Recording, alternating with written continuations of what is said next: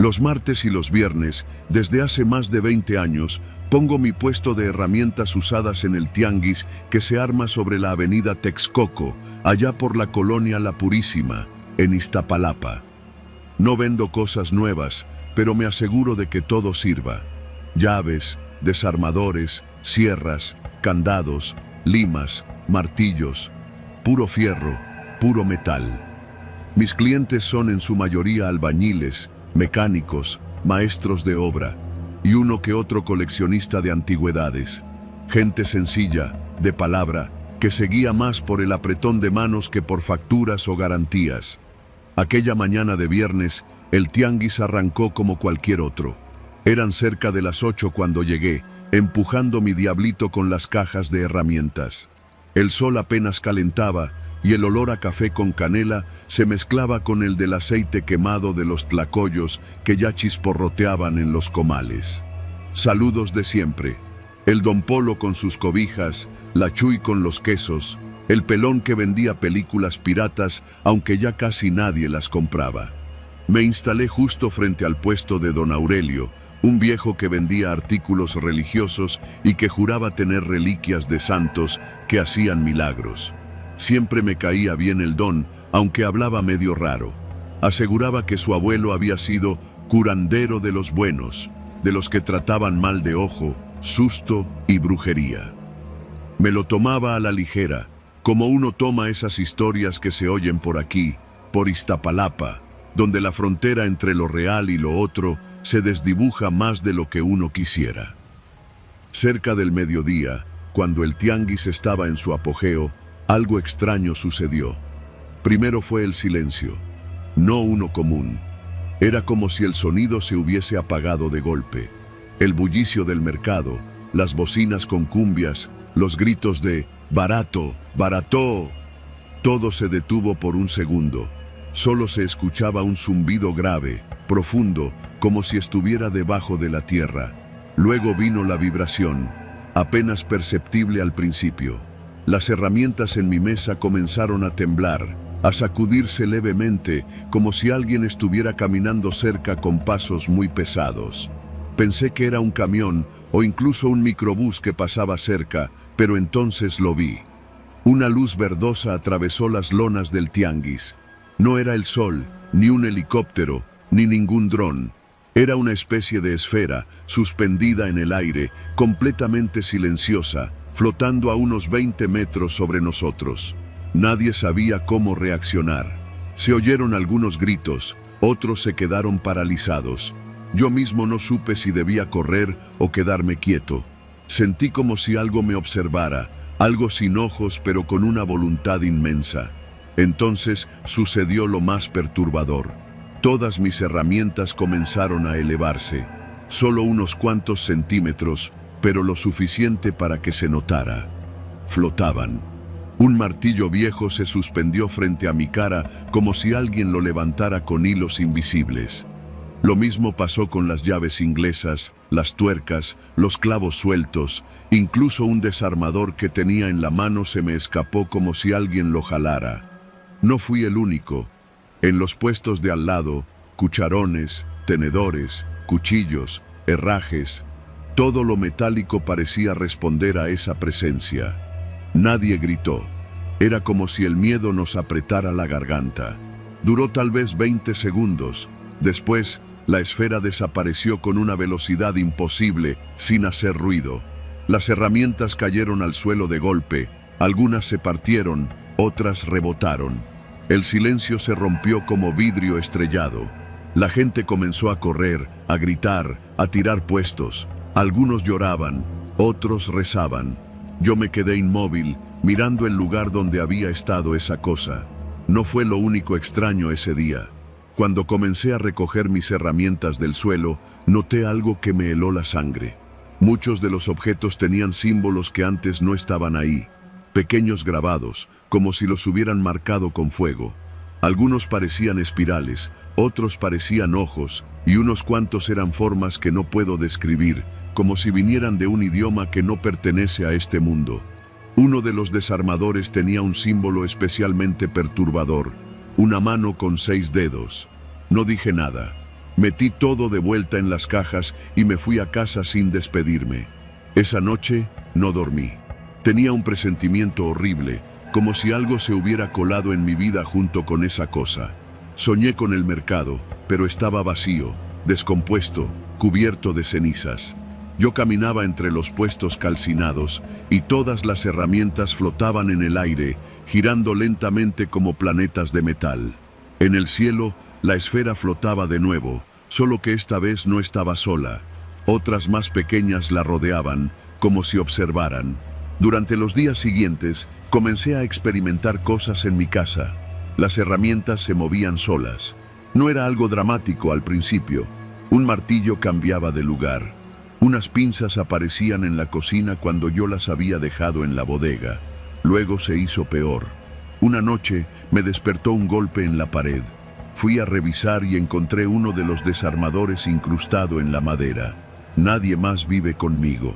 Las ventanas estaban cerradas. No había forma de que aquello se hubiera lanzado solo. Comencé a tirar las herramientas. Primero las que tenían los símbolos, luego todas. Las llevé lejos, a un basurero en Tláhuac, pero no sirvió. Cada vez que me deshacía de ellas, al día siguiente aparecían de nuevo en mi casa, en el baño, en la estufa, sobre la almohada. Algunas con nuevos grabados, más profundos, más extraños. Fui con un padrecito en San Lorenzo. Le conté solo una parte. Me miró con cara de pocos amigos, pero accedió a ir a bendecir mi casa. Al entrar, notó que la temperatura bajaba. Dijo que había algo viejo en ese lugar, algo que no entendía. Roció agua bendita en las esquinas, rezó, me dio un rosario, pero antes de irse, me miró serio y dijo: «No es de aquí, mijo, y no me refiero a Iztapalapa». Desde entonces, los fenómenos se han intensificado. Las herramientas ya no solo flotan, a veces se lanzan solas. Una vez me cortaron el brazo, otra me rompieron un espejo, y en varias ocasiones he escuchado voces, susurros metálicos en un idioma que me revuelve el estómago. Y lo peor, he soñado con la esfera cada noche desde aquel viernes. Anoche, en el sueño, vi el tianguis completamente vacío, como siempre, pero esta vez había una figura parada donde yo suelo poner mi puesto. Era como un hombre, pero alargado, pálido, sin rostro. En su mano sostenía una de mis llaves de tuercas. Me la mostró y sin decir palabra comenzó a caminar hacia mí. No pude moverme. Desperté gritando, con la boca seca y las sábanas empapadas de sudor. Hoy, por primera vez en 20 años, no fui al tianguis. No sé si volveré. Ya no soy el mismo. Siento que esa cosa me marcó. Algo en mi mente se rompió ese día, y lo que sea que vino del cielo, lo que sea que se llevó el sonido, lo que jaló el metal como si tuviera hambre, no se ha ido. Sigue aquí, esperando, observando. Y cada vez que me acerco a un objeto de metal, siento una vibración en los huesos, como si algo invisible me llamara por mi verdadero nombre. Un nombre que nunca he dicho en voz alta, porque no es humano, porque no es mío, porque lo soñé, pero lo recuerdo, y ya no puedo dejar de oírlo.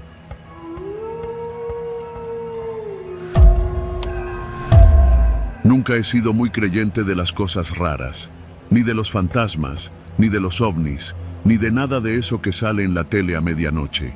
Pero lo que vi en la playa de Caletilla aquella madrugada cambió mi vida para siempre. Lo que viví me dejó marcado, y aunque intento seguir con mi rutina, hay noches en que todavía me despierto empapado en sudor, escuchando el eco de aquel sonido. Ese zumbido bajo que parecía venir de todas partes y de ninguna a la vez. Yo soy originario de Iguala, pero desde hace varios años me vine a vivir a Acapulco. Trabajo en un hotel pequeño, de esos que no están en la zona dorada, pero que tienen su clientela fija. Me toca el turno de noche, lo que significa que a veces me quedo solo en recepción, vigilando las cámaras, esperando que no pase nada fuera de lo común. Era mediados de octubre, todavía hacía calor aunque ya empezaban a soplar esos vientos extraños que anuncian la llegada del Día de Muertos. Esa noche en particular, el hotel estaba casi vacío. No había turistas, y los pocos huéspedes se habían encerrado en sus cuartos desde temprano. Como a las 2 de la mañana decidí darme una vuelta por la playa. El hotel tiene acceso directo a la orilla y me gusta caminar descalzo por la arena húmeda cuando nadie está mirando. Es mi momento de paz. Esa noche el mar estaba más callado que de costumbre. No había luna, pero el cielo estaba despejado, con miles de estrellas sobre mi cabeza. Caminé unos metros hacia la izquierda, donde las rocas se juntan con la maleza, y ahí me detuve a ver el horizonte. Fue entonces cuando lo vi. Al principio pensé que era una estrella fugaz, pero en vez de caer, se detenía. Era una luz blanca, intensa, demasiado brillante para ser un dron o un avión. Venía del cielo, directo hacia el mar, y se detuvo justo encima del agua, como si flotara. Calculé que estaría como a unos 100 metros de la orilla, sobre una zona donde el agua suele ser más profunda. No hacía ruido, ninguno. Pero entonces el mar cambió. Las olas, que normalmente chocan de forma desordenada contra la playa, empezaron a girar. Primero lo noté en la espuma. Se formaba un remolino, pero no como los naturales. Este era perfecto, como dibujado con compás. Las olas empezaron a formar un círculo exacto alrededor de la luz suspendida en el aire. Era como si algo invisible estuviera empujando el agua desde el centro. Me quedé helado. Pensé en sacar mi celular, pero por alguna razón no lo hice. Sentía que si grababa eso, algo me iba a pasar. Algo me decía que eso no debía ser documentado, solo observado. Fue entonces que escuché el zumbido. No era fuerte, pero me hacía temblar el pecho, como si viniera desde dentro de mi cuerpo. Un constante, grave, que no cesaba. Me llevé las manos a los oídos, pero no servía de nada. Era como si me estuviera metiendo en la cabeza. La luz comenzó a bajar, muy lentamente, y el agua del centro del círculo se hizo transparente, como si se abriera. No era espuma ni reflejo, era como si el mar se partiera en dos. Lo que vi ahí abajo no era fondo marino, era otra cosa. Vi lo que parecían escaleras de piedra, enormes, con símbolos que no reconocí. Algo brillaba debajo, algo que pulsaba como si respirara. No sé cuánto tiempo estuve ahí parado, pero debió ser más de media hora. De pronto, algo se levantó del agua. No era un objeto, era una figura, un cuerpo humanoide, pero completamente oscuro, como si fuera sombra condensada. Flotaba sin moverse. No tenía ojos, pero juro que me miraba. No tenía boca, pero juro que me hablaba. «No estás listo». Sentí esa frase dentro de mi cabeza, sin que nadie la dijera. Después todo se volvió negro. Desperté tirado en la arena, con el sol empezando a salir por el horizonte. Tenía la ropa empapada, los pies llenos de arena y el cuello con una especie de quemadura en forma de espiral. Me dolía todo el cuerpo, como si me hubieran golpeado con palos. Volví al hotel como pude. No dije nada. Fingí que me había quedado dormido en la playa, aunque en los días siguientes varios pescadores empezaron a hablar de cosas raras en el mar. Uno dijo que vio un pez con ojos humanos. Otro que escuchó una canción saliendo del fondo del agua, una melodía antigua que le provocó lágrimas sin saber por qué. Yo intenté seguir con mi vida. Fui al médico por la marca en el cuello, pero no supieron decirme qué era. Me mandaron con un dermatólogo en Chilpancingo y él me dijo que nunca había visto algo así, que parecía una quemadura por radiación, pero que no había forma de que la hubiera recibido sin otras lesiones. Comencé a tener sueños extraños. En todos veía un círculo de agua, un círculo perfecto que giraba en sentido contrario a las manecillas del reloj. A veces veía personas dentro de él, atrapadas, gritando sin sonido. A veces era yo mismo el que estaba dentro. Intenté hablar con una señora que lee las cartas por el zócalo, una de esas que juran tener don. Le conté parte de lo que vi, sin entrar en detalles. Apenas le mencioné la luz y el círculo de olas y se puso pálida. Me agarró la mano con fuerza y me dijo que no volviera al mar. «Eso no es de aquí, mijo», me dijo, «pero lo despertaron aquí y ahora va a seguirte». Desde entonces no me acerco al agua, ni a la playa, ni a las regaderas, ni siquiera lavo los trastes con normalidad. Siento que el agua me observa. No me pregunten cómo, simplemente lo siento, como si ese algo, ese ser, hubiera dejado una parte de sí dentro de mí. A veces, cuando estoy solo, el zumbido vuelve, suave, pero claro. Y cuando eso pasa, la marca en mi cuello empieza a arder y mis ojos se llenan de lágrimas, como si recordara algo que no debería haber visto nunca. Ya han pasado 3 meses desde aquella noche, pero sé que va a regresar. Lo sé porque cada vez que sueño con el círculo, está un poco más cerca de mí. Y en el último sueño, yo estaba en el centro.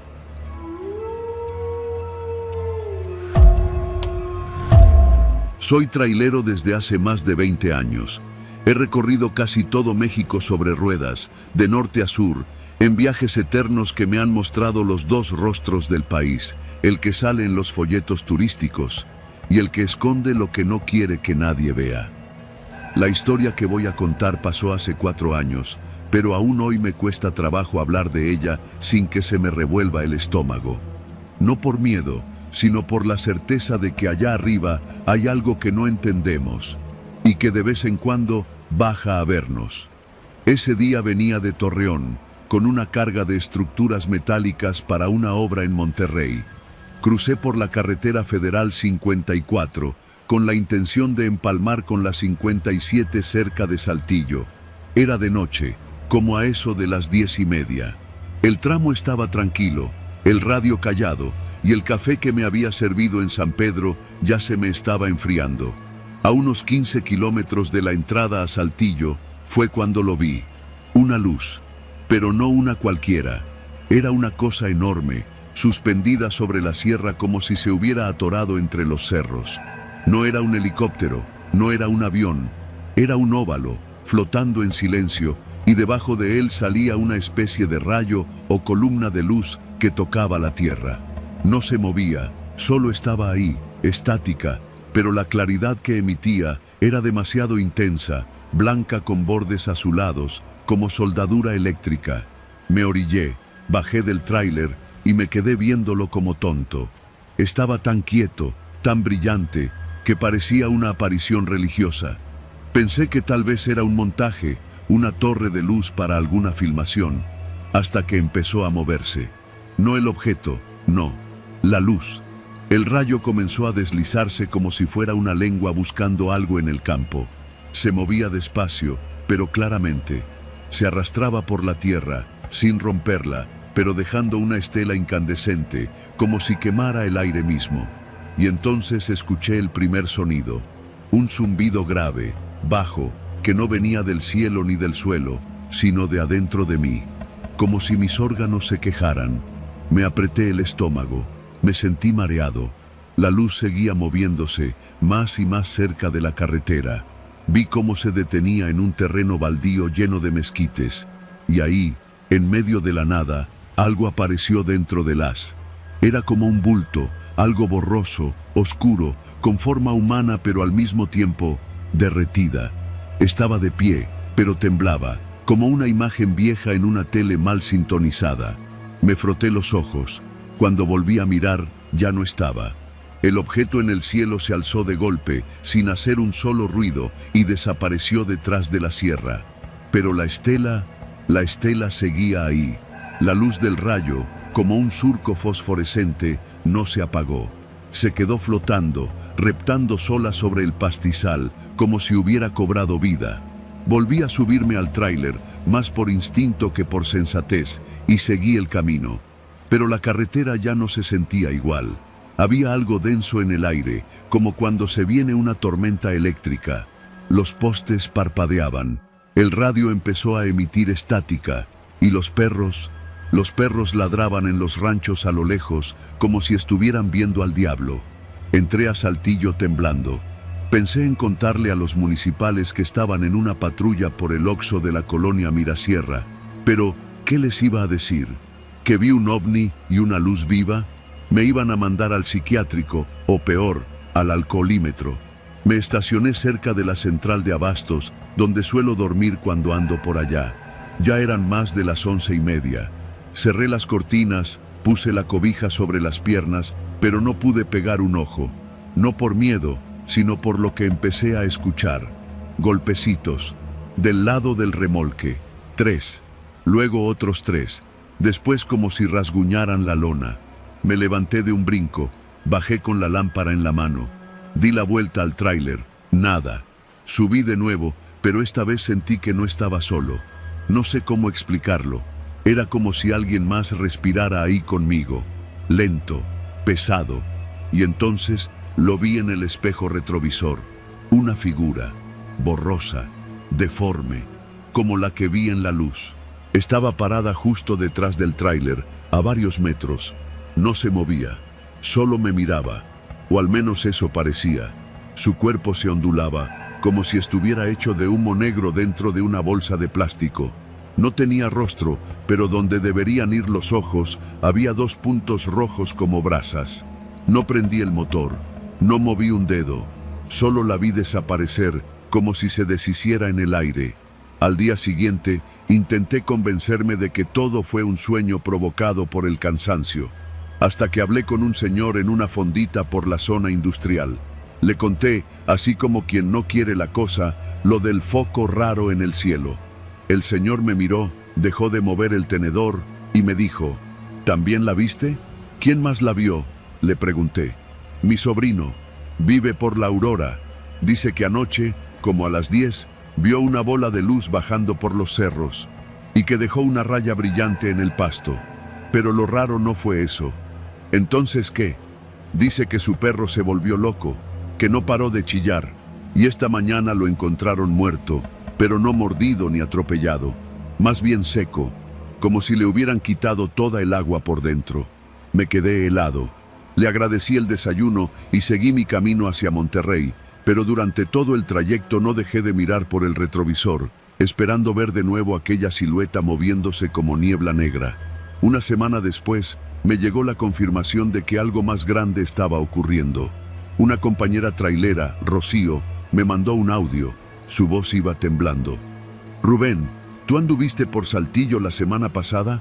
Porque me tocó ese mismo tramo y el pavimento tiene como una línea de luz quemada. Pensé que era una fuga de gas, pero las piedras se mueven solas cuando pasas por ahí. Es neta, las piedras se mueven como si la tierra estuviera viva. Algo dejó eso ahí, Rubén, y sigue. No volví a cruzar por Saltillo durante varios meses. Me inventé excusas, tomé rutas más largas, incluso dejé de cargar por el norte. No podía, no después de lo que vi. Pero eso no fue lo peor. Una madrugada, en mi casa en Irapuato, me desperté con un olor raro. No a gas, no a humo, sino a metal caliente.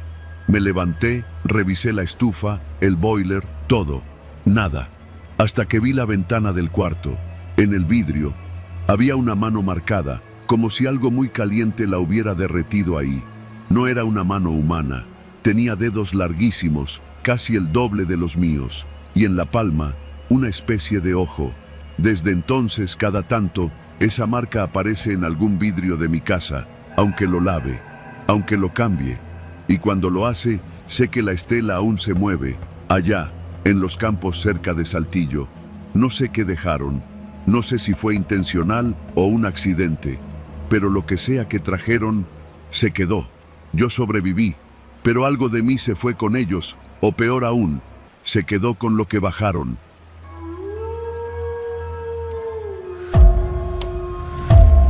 Cuando mi madre me llamó a las 5:45 de la tarde para decirme que mi primo Raúl se había accidentado en la carretera a Monterrey, no dudé ni un segundo en tomar el coche y lanzarme al camino. No era grave, me dijo, solo un golpe en el hombro, pero el susto fue fuerte y estaba solo. Él vive en San Pedro, yo en Ramos Arizpe, así que ya te imaginarás la rutina. 1 hora de camino si todo va bien, más si hay tráfico o retenes. Esa tarde el cielo estaba sucio, de ese gris espeso que parece tragarse el sol. Era noviembre, y aunque aún no llegaban los fríos bravos, el viento ya arrastraba hojas secas y olía a campo tostado. Me llevé la camioneta de mi papá, una Chevrolet blanca del 98, confiable aunque ya vibra cuando pasas de los 110. Prendí el estéreo y sintonicé una estación que siempre me acompaña en carretera, una de esas de música norteña que ponen los Cadetes de Linares y Ramiro Cavazos. Me tranquiliza, Me recuerda los viajes con mi abuelo en su camioneta destartalada. El locutor hablaba de las últimas noticias cuando su voz se cortó, así de pronto, como si alguien bajara el volumen pero a tirones. Luego, silencio. Después, un ruido como de estática, pero más grueso, como si alguien raspara metal contra metal, seguido de un murmullo apenas audible, como si alguien hablara muy bajito detrás de un ventilador. Subí el volumen, pero el murmullo creció en intensidad y comenzó a parecer una especie de voz distorsionada, gutural, como de alguien tratando de hablar sin lengua. Apenas pasaba por el entronque Aguachichil cuando el sonido se volvió insoportable. Me sentí mareado. Bajé el volumen de golpe y en ese instante algo me obligó a frenar. Vi las luces primero, suspendidas en el cielo, justo arriba del kilómetro 37. Eran 3 esferas perfectas, brillando con un resplandor blanco azulado. No se movían, pero no parecían fijas tampoco. Pulsaban, como si respiraran. Me bajé. No había otro coche a la vista, ni delante ni detrás. El viento se había detenido, completamente. El silencio era denso, casi antinatural, como si el mundo se hubiera detenido para observar también. Entonces las esferas comenzaron a descender, lentamente. No producían ruido alguno, pero con cada metro que bajaban, mi cuerpo sentía una presión interna, como si mis tripas se comprimieran. Las luces no iluminaban como los faros de un coche. Parecía que todo lo que tocaban se oscurecía a su alrededor. Y el color no era realmente blanco. Era un tono que mi mente no alcanzaba a nombrar. Algo que me provocaba una sensación de rechazo visceral, como si mis ojos no estuvieran hechos para verlo. Fue cuando escuché la radio otra vez, pero no era la estación. Era la voz de mi madre. «Marco, ya no vengas», decía entrecortada, como si hablara desde una alcantarilla. «No es Raúl, no es tu primo». Pero yo no había marcado nada, ni tenía señal. El teléfono mostraba sin servicio y la pantalla brillaba como si estuviera bloqueada, pero de vez en cuando parpadeaba y se encendía sola con la imagen de mi madre, una que ni siquiera estaba en mi galería. Una foto vieja, tomada en el panteón cuando enterramos a mi abuela. Entonces algo cruzó el cielo a una velocidad imposible, como una sombra alargada que parecía arrastrar nubes consigo. No era un avión, ni un dron. Era una figura larguísima, translúcida, que se movía sin hacer ruido, pero que parecía dejar un rastro de algo. Un olor fétido, una mezcla entre fierro oxidado y carne quemada. Me metí de nuevo a la camioneta y arranqué. Las manos me temblaban. El motor tardó en encender, como si algo lo jalara desde abajo. Las luces de tablero parpadeaban. En el estéreo, la voz volvió, pero ya no era la de mi madre. Era la mía. «¿Estás seguro de que quieres seguir?», dijo, pero con un tono burlón, como si yo mismo me estuviera retando. «No hay vuelta atrás, Marco». Pisé el acelerador. Los focos seguían en el cielo, ahora alejándose hacia la Sierra de las Mitras, pero el aire seguía estático, como muerto. Alcancé a ver, en el retrovisor, algo que me hizo gritar. Una fila de figuras humanas, paradas junto a la carretera, todas idénticas, altas, delgadas, completamente negras, sin rostro. Estaban perfectamente alineadas, sin moverse. No habían estado ahí antes, ni podían haberse formado en el tiempo que me subí al coche. Cada una de ellas sostenía una especie de objeto brillante entre las manos, como si me ofrecieran algo. Pero no era un regalo, era una advertencia. Las pasé de largo, y conforme avanzaba, la carretera se deformaba levemente. Las líneas del pavimento parecían curvas, como si la autopista se derritiera. Comencé a notar que los señalamientos estaban escritos en un idioma que no reconocía. Uno con símbolos retorcidos, como si los hubieran tallado con uñas sobre piedra caliente. Pasé por el letrero que decía «Bienvenidos a Nuevo León», pero ahora decía algo diferente, algo que parecía escrito al revés. El monte de la Silla estaba visible, pero no tenía su silueta clásica. Ahora parecía una mano con dedos gigantes que intentaban alcanzar el cielo. Llegué a la entrada de Monterrey poco después de las 7:20, pero la ciudad no era la misma. Las luces estaban encendidas pero no había tráfico, ni gente. Las calles estaban vacías, como si toda la ciudad hubiera sido abandonada de un momento a otro. Llegué a casa de Raúl, en San Pedro. Toqué como loco. Nadie abría. La puerta estaba entreabierta. Entré. Todo estaba en orden, excepto que el reloj de la cocina giraba al revés y el refrigerador estaba lleno de tierra. No comida. Tierra húmeda, con lombrices vivas. Subí a su cuarto. Ahí estaba, sentado en la cama, viéndome. ¿Qué viste tú?, me preguntó sin moverse. Porque yo vi a Dios, y no era lo que esperaba. Su voz no era su voz. Era como si hablara él, pero por medio de alguien más. Algo más. Me acerqué y noté que sus ojos no tenían pupilas. Eran completamente blancos, pero me miraban, como si pudieran verme por dentro. No supe qué contestar. Quise llorar, gritar, correr, pero no pude hacer nada, solo quedarme ahí, respirando su silencio. Él extendió su mano. Me dio una pequeña figura de metal, una cruz invertida, tallada con los mismos símbolos que vi en la carretera. Luego dijo: ya no somos los únicos aquí, no desde hace años. Después se desmayó. Lo llevé al hospital. Dijeron que tenía deshidratación severa y fatiga extrema.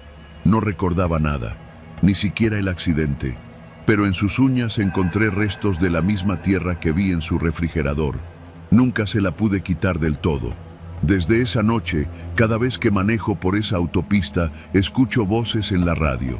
Algunas veces es mi madre, otras la mía, otras alguien que me habla en ese idioma distorsionado, como si me espiaran a través de las ondas.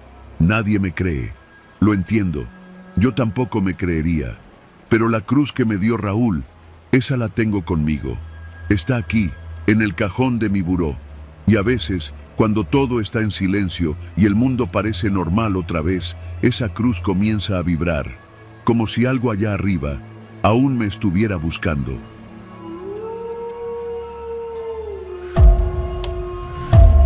Nunca he creído en ovnis. No de la forma en que otros lo hacen, con luces en el cielo y platillos voladores. Siempre pensé que eran exageraciones de gringos aburridos o videos editados para jalar vistas en internet. Hasta que pasó lo del ajolotillo.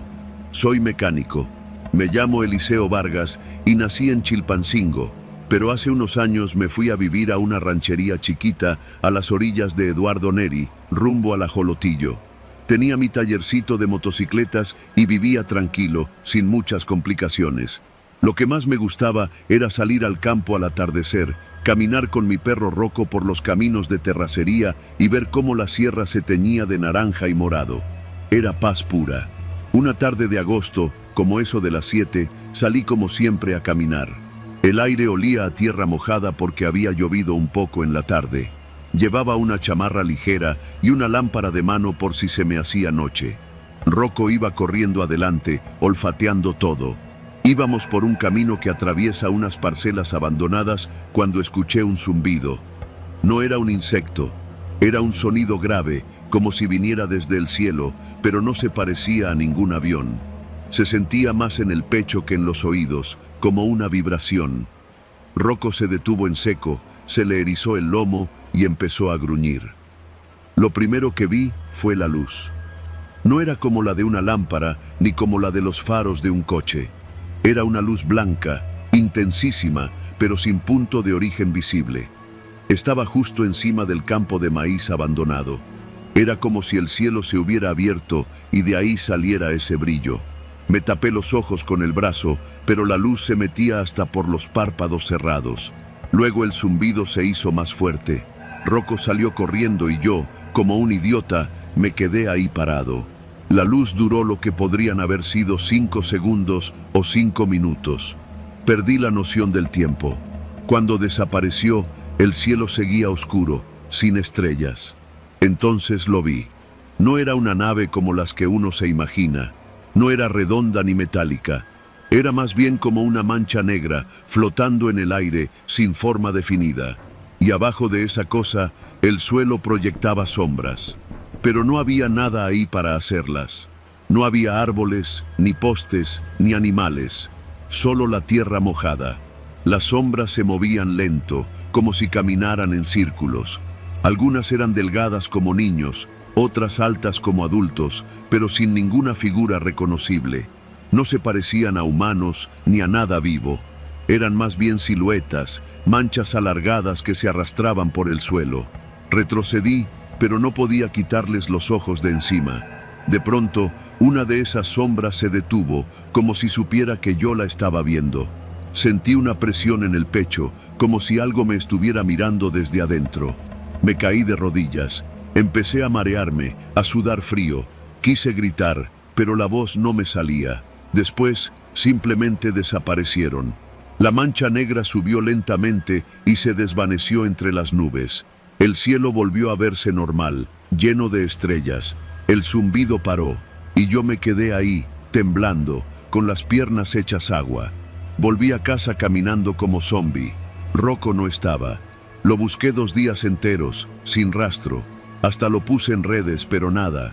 Como si se lo hubiera tragado la tierra. A partir de esa noche, empezaron las cosas raras. Todo olía diferente, como a ozono, a cable quemado. Los focos de mi casa se fundían cada tercer día. Mi radio prendía solo en la madrugada, a volumen bajito, pero solo sintonizaba estática. Al principio pensé que estaba sugestionado. Le conté a mi compadre Omar, que vive en el rancho vecino, y me dijo que me fuera a curar de espanto con una señora de Mochitlán. No le hice caso, pero las sombras regresaron. No la nave, ni la luz, solo las sombras. Aparecían por las noches, proyectadas sobre el suelo de mi taller, sobre las paredes de la cocina, incluso en la banqueta frente a mi casa. No había nada que pudiera hacerlas, y sin embargo, ahí estaban. Al principio se quedaban quietas, como observando, pero luego comenzaron a moverse. Una noche vi una sombra que imitaba mis movimientos, como si fuera mi doble. Al día siguiente, rompí el espejo del baño con una piedra porque vi una figura detrás de mí que no estaba cuando volteé. Intenté grabarlas con el celular, pero la pantalla se congelaba cada vez que lo apuntaba. Cuando revisaba los videos, solo se veía la imagen distorsionada y un zumbido grave, el mismo de aquella noche.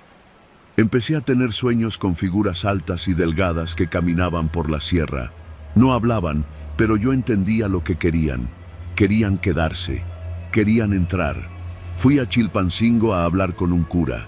Me escuchó con paciencia, pero me dijo que lo que yo necesitaba era descanso, tal vez ayuda psicológica. Me regresé sintiéndome más solo que nunca. Unos días después, me visitó Omar. Venía con cara seria. Me dijo que había escuchado a su hijo hablar dormido en náhuatl, aunque en la casa nadie lo hablaba. Que había visto siluetas moviéndose por la milpa en la noche, que su perro también desapareció, y que algo lo seguía cuando iba a tirar la basura al arroyo. Esa noche le dije que se quedara a dormir en mi casa. Ya no quería estar solo. Tomamos café, platicamos de cosas viejas para distraernos. Como a eso de la medianoche, la luz se fue. No hubo trueno ni tormenta. Solo se fue, como si alguien la hubiera apagado. Nos quedamos en silencio. Omar me miró y sacó una linterna. Y ahí estaban otra vez. Sombras. Primero en el piso, luego en las paredes. Pero esta vez no estaban afuera.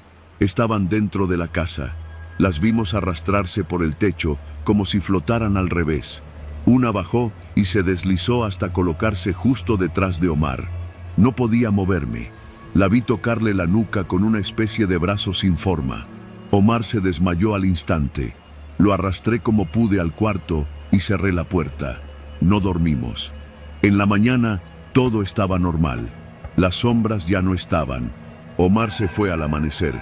Dijo que no volvería. Me dejó una bolsa con un puño de tierra negra y una oración escrita a mano. Para que no crucen el umbral, me dijo. Yo no supe si creerle o reírme, pero la puse en la entrada de la casa. Desde entonces, las sombras no han vuelto. Pero yo ya no soy el mismo. Mi piel huele distinto.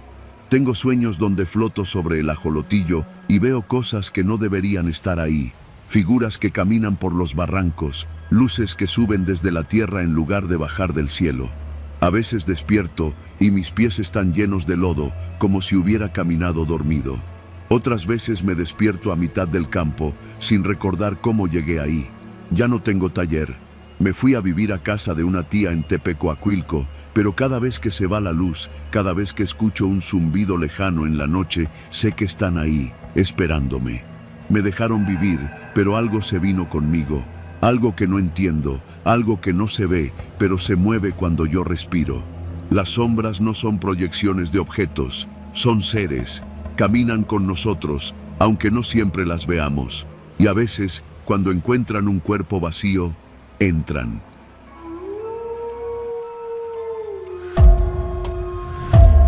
No era la primera vez que viajaba por la carretera México-Toluca. Esa ruta ya la tenía tan conocida que podía recorrerla con los ojos cerrados, o al menos eso creía. Era martes, mediados de noviembre, y ya se sentía el frío seco en los nudillos y la garganta. Salí de la ciudad poco después de las 6 de la tarde. El cielo todavía guardaba un poco de luz, pero ya empezaban a asomarse las primeras sombras entre los árboles de la marquesa. Iba solo, como casi siempre. Me gustaba manejar con algo de música bajita y el vidrio un poco entreabierto para que no me diera sueño. No tomé café esa tarde y quizás por eso me empezó a pesar el cuerpo antes de tiempo. Pensé en detenerme en una de esas cabañas de truchas para un café, pero todas ya estaban cerrando. Seguí manejando, con los ojos clavados en el asfalto negro, mientras el bosque se iba cerrando a los lados.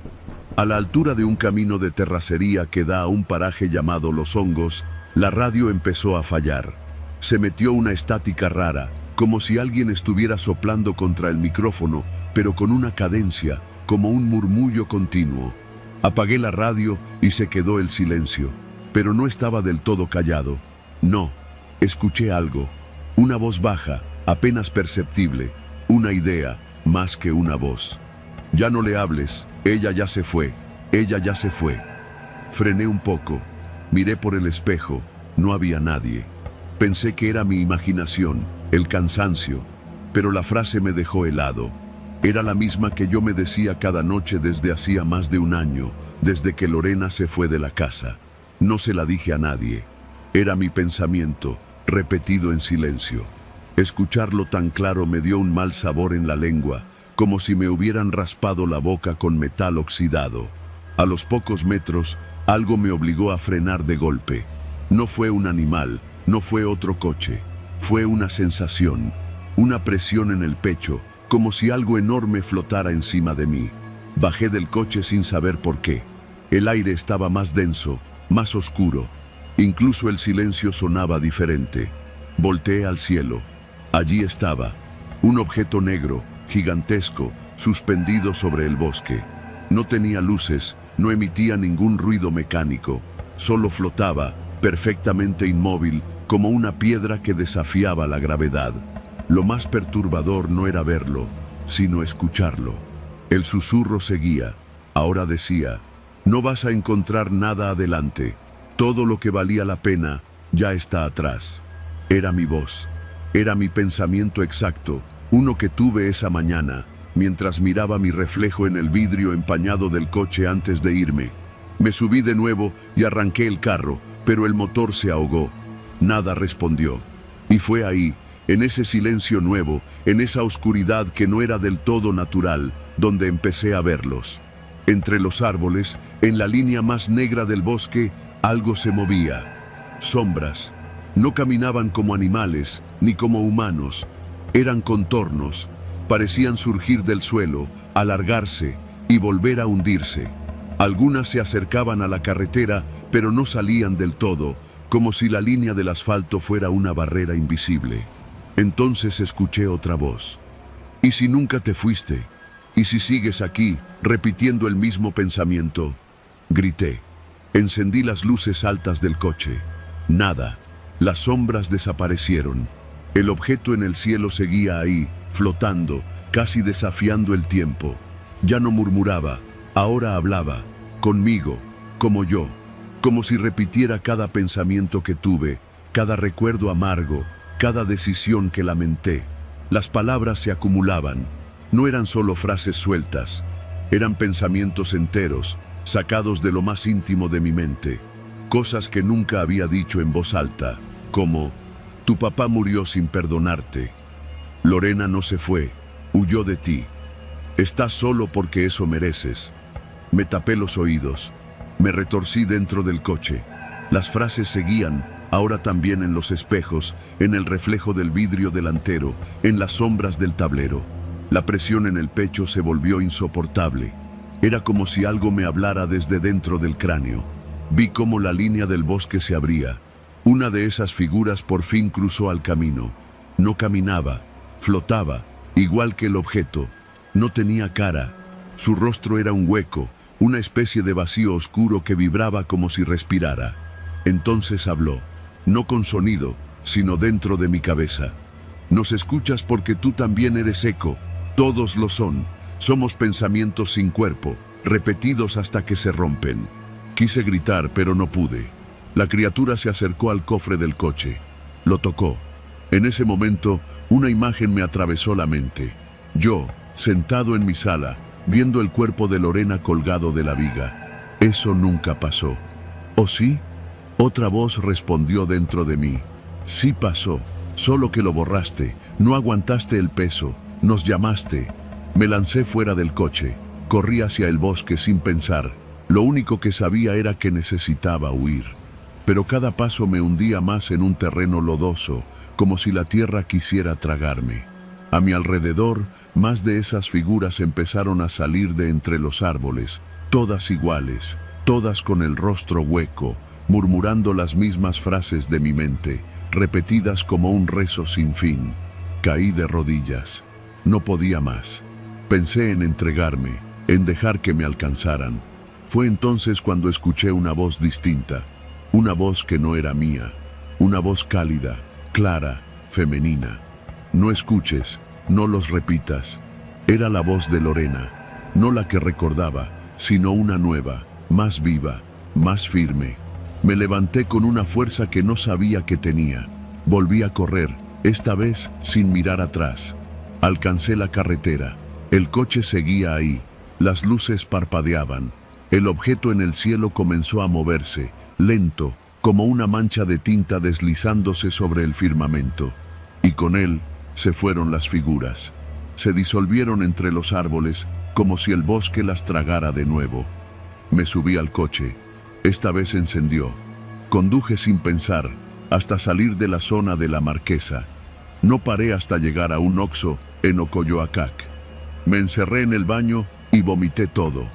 El cuerpo me temblaba como si hubiera corrido kilómetros. Lloré sin saber por qué.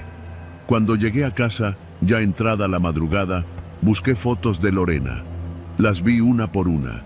Y en una de ellas, que juraba no haber visto antes, ella estaba parada en medio del bosque. En ese bosque, su cara se veía distinta, más triste, más lejana. Por semanas no hablé del tema. Solo tuve una certeza. Eso en el cielo no era de otro planeta. Era algo más antiguo, más arraigado. Un espejo del pensamiento humano, una voz que no era voz, un eco que se mete en la mente y que se alimenta de lo que uno repite sin darse cuenta. Volví a pasar por esa carretera muchos meses después. De día, en el mismo punto, vi una cruz blanca en la orilla con un nombre que no conocía. Al pie, una nota en papel plastificado decía: él también escuchó las voces, no pudo dejar de repetirlas. No me detuve, ya no escucho voces, pero a veces, cuando me quedo solo, creo que los pensamientos que tengo no son del todo míos. Y entonces, por si acaso, dejo de pensar, aunque sea por un momento, porque sé que ellos escuchan, y repiten, y regresan.